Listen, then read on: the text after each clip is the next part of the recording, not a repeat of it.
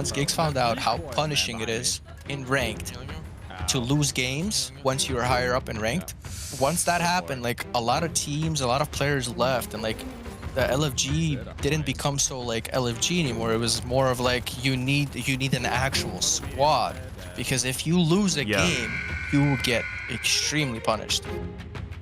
I was able to discuss the finals with recent THiiXY Rivals winner neteX, talking about his victory, but also their squad's Season 2 rank grind and challenges that they faced. We grinded the leaderboard. We beat out cheaters, blatant cheaters that were shooting us through shields. Like we had we had so much tactics and strategies planned for every cheater that we faced. We had people stream sniping us that are cheating. We had to hide our screens. It was insane. The roller coaster is just insane, because like imagine we are at 1, 2, and 3 for like majority of the leaderboard. If we play and we lose like 10 spots. Each loss is about 15 to 20 wins in a row. Imagine this goes in. Oh! So teammates back, by the way. But right now they are only a duo. I got charged. I'll meet him on. So, and when me, Gigz, and Commit got knocked to like 13 and 14, it was like, I don't know, halfway through the season.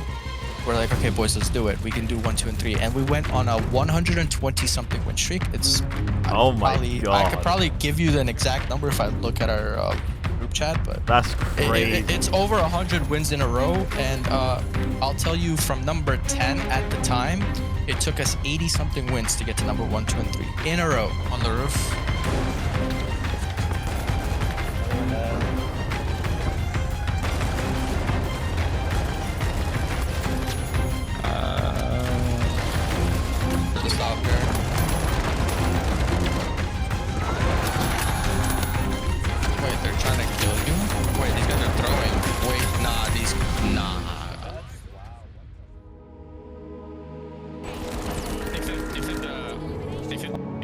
That is not ideal.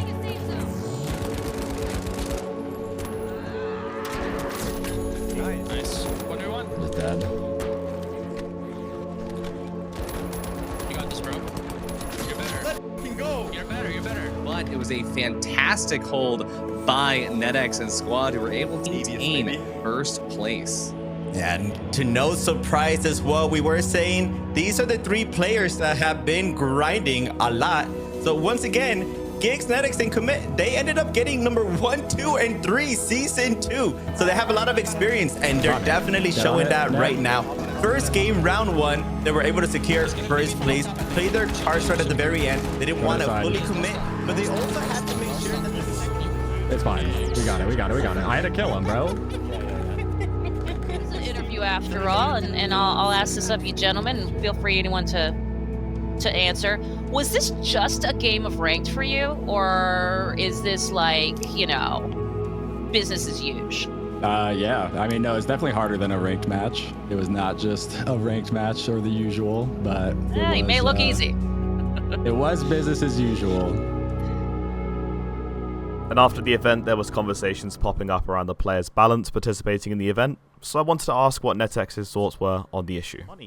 Rivals was simply a kind of game, like a kind of game show, kind of like, hey, you know, to attract new players to the game. Exactly, yeah. It wasn't ESL 1 Cologne, you know, 2015, right? It wasn't the crowds in the audience like watching like the best of the best. No, it was just very simply an event where people, new players, for example, could come along, see the finals, see some big creators, again, for example, HU, for example, etc., etc.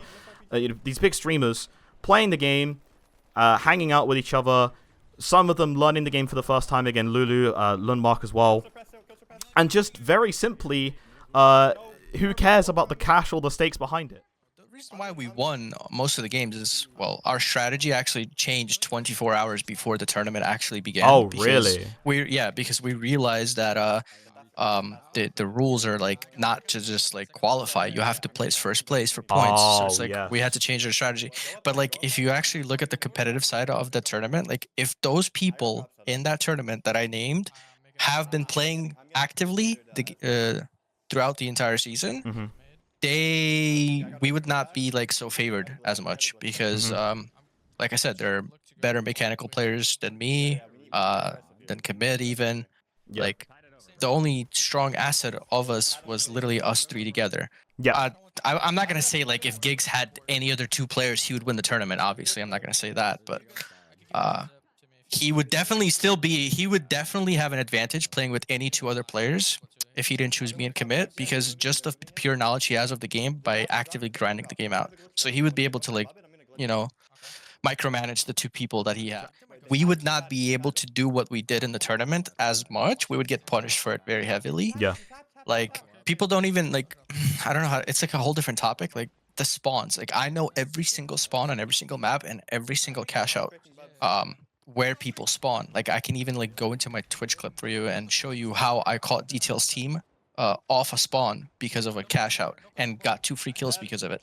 We're gonna check if this. Oh wait, that's the default zip. Sorry. They are right here. All Right my there. That's their zip. I thought that was a No. zip. Yeah, bro. All three. Killed one. Nice. Killed one. That's a light. They might try to That's fit. just one. Dead. Nice. Just detailed. Not me. It's actually huge respect to Lulu Lovely and even Lundmark as well, for example, for like coming along. And there was another streamer as well that was like really new. These players like literally just built up the game. It was like he does TikTok or something. I don't know what Joe his name is. Bartolozzi. Yeah, he's good content, Bartolozzi, man. yeah. That's some funny Yeah, clips. bro, yeah. He gave us some funny clips.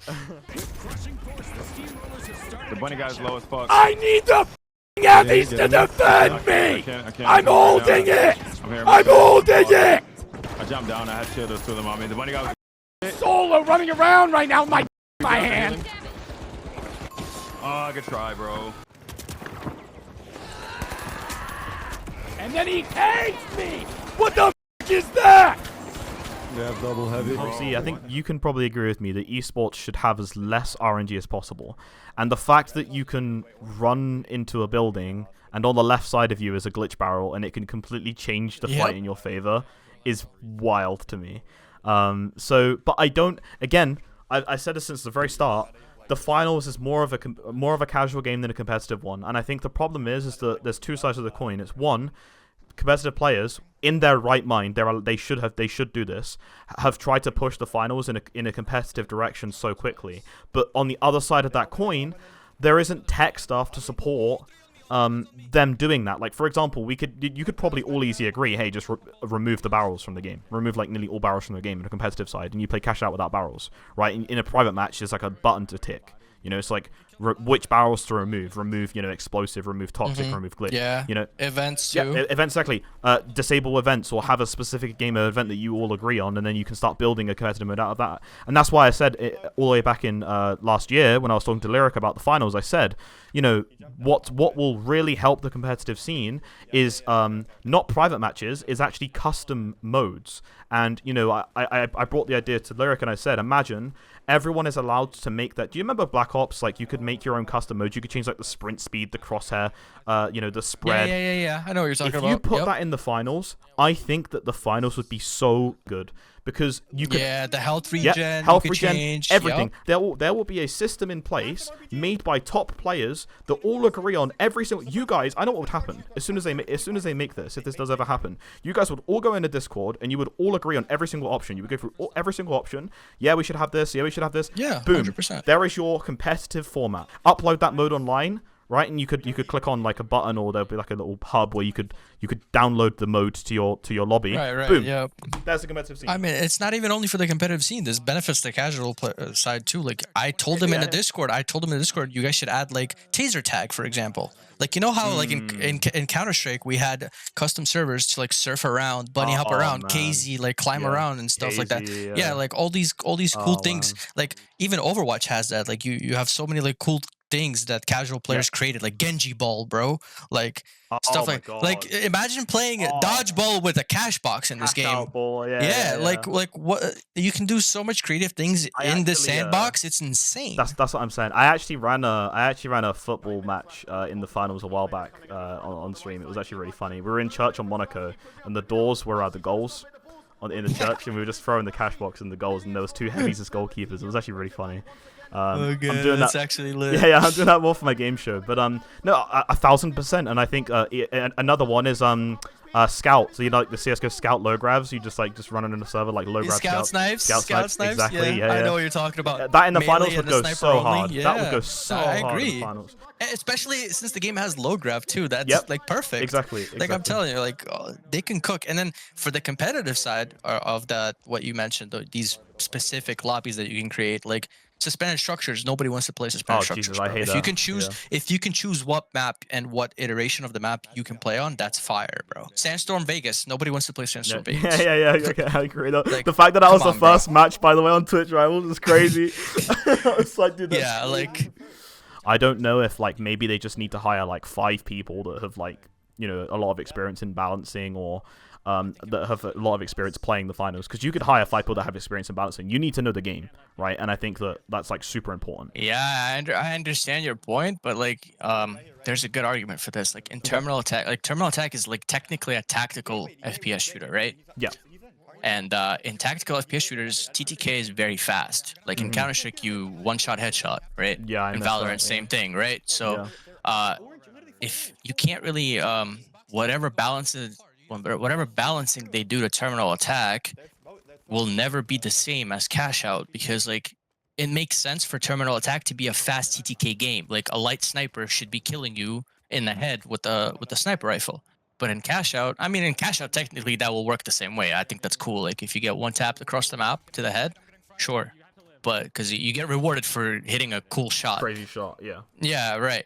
But like, I don't know, like the LH1, for example, that they did at the start of season 1. Oh my god. Or season 3, I'm sorry. Yeah, like that was extremely broken in both Terminal Attack and Cash Out. But I understand why they did that, because I was like, wait, in Terminal Attack, it kind of makes sense. You want to kill people very fast. It's a tactical shooter, technically, like game mode. Voltor sounds like it should have been like an esport kind of cash out game mode. You know what I mean? It sounds fun. It sounds catchy. And it just wasn't there. Do you think it's a problem at this stage being in season 3 and it's not happened yet? Yeah, I mean, there will not be esports in this game without the support from the developers. And I also told this privately in their DMs.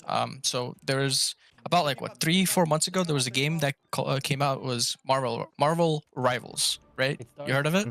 Yes, yeah. Yeah. So, and their Yeah, UI, like looking game. Right. Yeah, it's like a copy pasted Overwatch with Marvel heroes, right? Yes. And I played it in the tournament, and just the UI of that tournament that they had was sick. So it's like open role. You can register to, anybody can register in the tournament that has access to the game. All you need is like obviously the 6 people or whatever. If they had that in the finals built in, like even Valorant has that Premiere, right? They call it. Yes, exactly. Yeah. If they have that going, like every season or something, like once every 3 months, right? Or like a period amount, like I don't know how to explain it. Like let's just say a season will take 2 months, right? And they have their matches laid out in the in-game client, bro. That's gonna be so sick. Like that's just anybody can sign up. Literally anybody. It doesn't matter who it is. As long as you have 3 people on your team, you sign up. Boom, you're playing the tournament. Yeah. And if it's hosted by, it's not gate kept. Nothing's gate kept. Open entry, bro. No paid fee, nothing. That will be fire, and that will bring a lot of people back, especially if Embark puts money in it, right?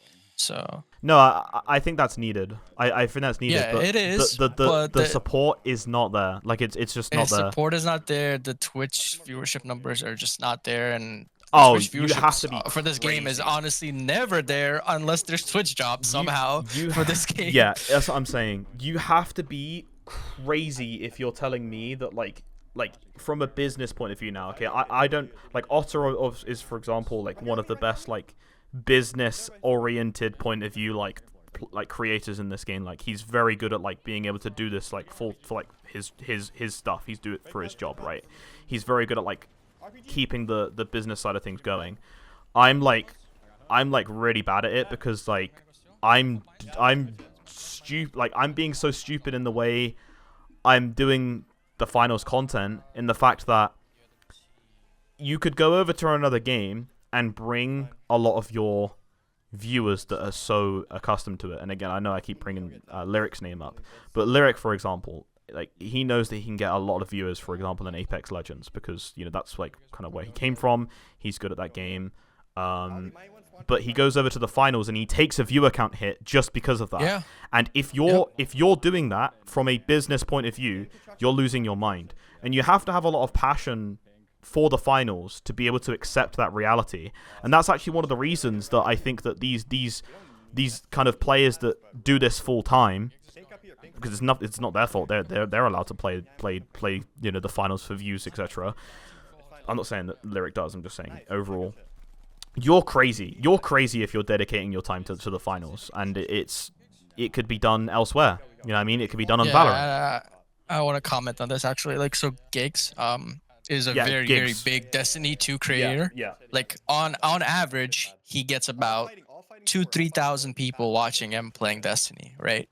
When he came over, he had 1,000, obviously, but drastically though, that number went down to a point where he literally said, like, there's literally no point of me streaming this game. Like, I'm not making any money. Like, he's not making money playing the game, but he's